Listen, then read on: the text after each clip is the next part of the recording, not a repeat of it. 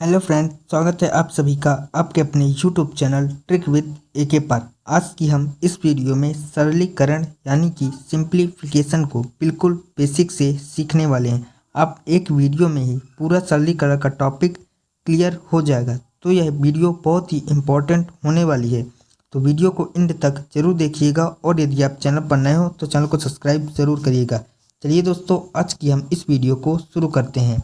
सबसे पहले हम सरलीकरण के शाब्दिक अर्थ का मतलब समझते हैं। तो सरलीकरण एक व्यापक अवधारणा है, जैसा कि इसके शीर्षक सरलीकरण से ही स्पष्ट है कि किसी व्यंजक को सरल करना अथवा उसका मान निकालना। किंतु सरलीकरण की प्रक्रिया हमें संक्रियाओं को हल करने के लिए क्रम का ज्ञान होना अति आवश्यक है। जैसे कि सबसे पहले आपका सॉल्व होता है ब्रैकेट यानी कि कोष्टक, और फिर ऑफ सॉल्व होता है। तो यही हमें ज्ञान देता है कि हमें क्रम से उन क्वेश्चनों को सॉल्व करना है। जब किसी व्यापक में एक साथ एक से अधिक संक्रियाएं होती हैं, जैसे कि आपका कोष्टक होता है, योग होता है, अंतर, गुणा, भाग या फिर का, तो उन्हें सरल करने के लिए हम BODMAS, जिसे हम कहते हैं बॉड-मॉस क्रम का पालन कहते हैं।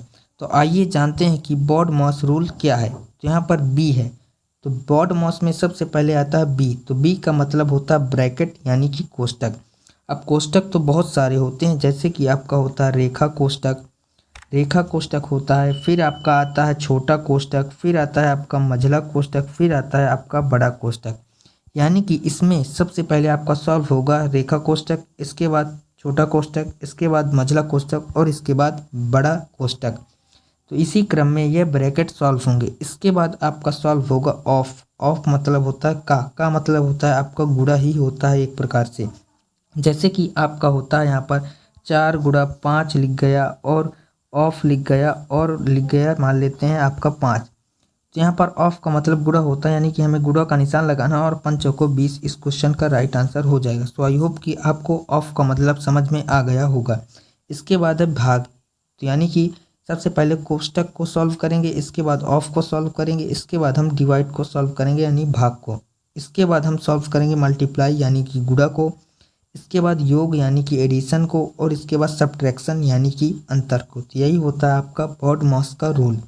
बी से होता है आपका ब्रैकेट। तो सबसे पहले आपका ब्रैकेट सॉल्व होगा। ब्रैकेट में भी सबसे पहले आपका रेखा कोष्टक, फिर आपका छोटा, फिर आपका मझला कोष्टक और इसके बाद आपका बड़ा कोष्टक सॉल्व होता है। उसके बाद सॉल्व होता है ऑफ, उसके बाद सॉल्व होता है आपका डिवीज़न, फिर मल्टीप्लिकेशन, फिर एडिशन, फिर सब्ट्रैक्शन। सो आई होप कि आपको बॉड-मॉस का रूल बहुत ही अच्छी प्रकार से समझ में आ गया होगा।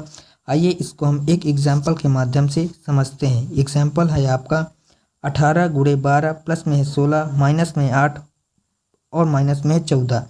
तो इस क्वेश्चन का हमें बताना है आंसर। तो सबसे पहले हम इसमें सॉल्व करेंगे डिवाइड को। तो यहाँ पर है आपका डिवाइड।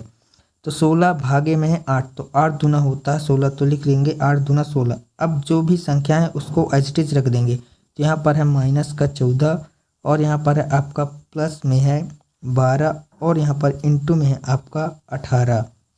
अब यहाँ पर इसको सॉल्व करेंगे।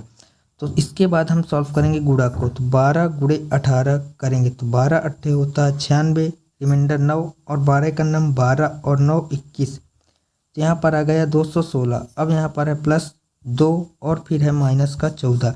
इसके बाद हम सॉल्व करेंगे प्लस को। तो 216 और 2 हो जाएगा 218, फिर है माइनस का 14।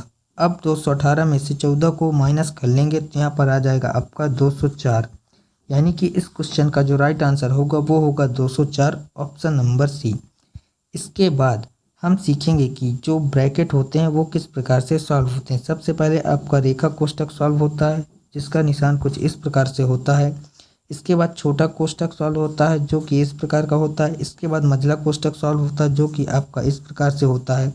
और इसके बाद बड़ा कोष्टक सॉल्व होता है, जो कि आपका इस प्रकार से होता है। आइए हम इसको भी एग्जाम्पल के माध्यम से समझते हैं कि कैसे सबसे पहले छोटा रेखा कोष्टक सॉल्व होगा, फिर छोटा, फिर मझला और फिर बड़ा कोष्टक सॉल्व होगा। तो क्वेश्चन है आपका कि 6 माइनस में है बड़ा कोष्टक, और ये आपका इस प्रकार से क्वेश्चन है। तो इस क्वेश्चन में हम सबसे पहले सॉल्व करेंगे इस रेखा कोष्टक को। तो यहाँ पर सबसे पहले हम सभी को एज इट इज रख लेंगे। तो 6 है, सबसे पहले यहाँ पर आपका 6 है, फिर माइनस में है और फिर है आपका बड़ा कोष्टक, फिर 5, फिर माइनस में है, फिर मझला कोष्टक, फिर 6 है, फिर माइनस में, फिर है छोटा कोष्टक, इसके बाद है 5, फिर माइनस है। अब हम यहाँ पर सॉल्व कर लेंगे सबसे पहले रेखा कोष्ठक को। तो 4 में से 1 जाएगा तो यहाँ पर बचेगा आपका 3 और फिर है छोटा कोष्ठक, फिर है मझला कोष्ठक और फिर है बड़ा कोष्ठक।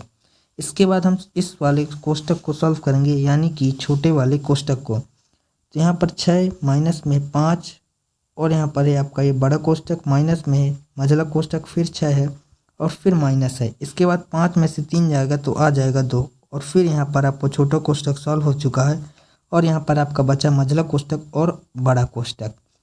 इसके बाद हम मझले वाले कोष्ठक को सॉल्व करेंगे। तो 6 माइनस में है बड़ा कोष्ठक और यहाँ पर है 5 और फिर है माइनस। अब 6 में से 2 जाएगा तो यहाँ पर बचेगा 4 और फिर है यहाँ पर बड़ा कोष्ठक। अब यहाँ पर हम बड़े कोष्ठक को सॉल्व करेंगे। तो 6 है और फिर है माइनस और बड़े कोष्ठक में है 5 माइनस 4, तो 5 में से 4 जाएगा तो 1 बचेगा और 6 में से 1 जाएगा तो यहाँ पर आ जाएगा 5, यानी कि इस क्वेश्चन का राइट आंसर हो जाएगा 5, option number B. So I hope कि आपको पॉडमास का रूल बहुत ही अच्छी प्रकार से समझ में आ गया होगा। So thank you so much for watching this video कैसी लगी ये हमें कमेंट बॉक्स में ज़रूर बताइएगा। वीडियो अच्छी लगी हो तो प्लीज़ वीडियो को लाइक करिएगा, चैनल पर नया हो तो चैनल को सब्सक्राइब ज़रूर कर लीजिएगा। मिलते हैं नेक्स्ट वीडियो में, तब तक के लिए जय हिंद, वंदे मातरम।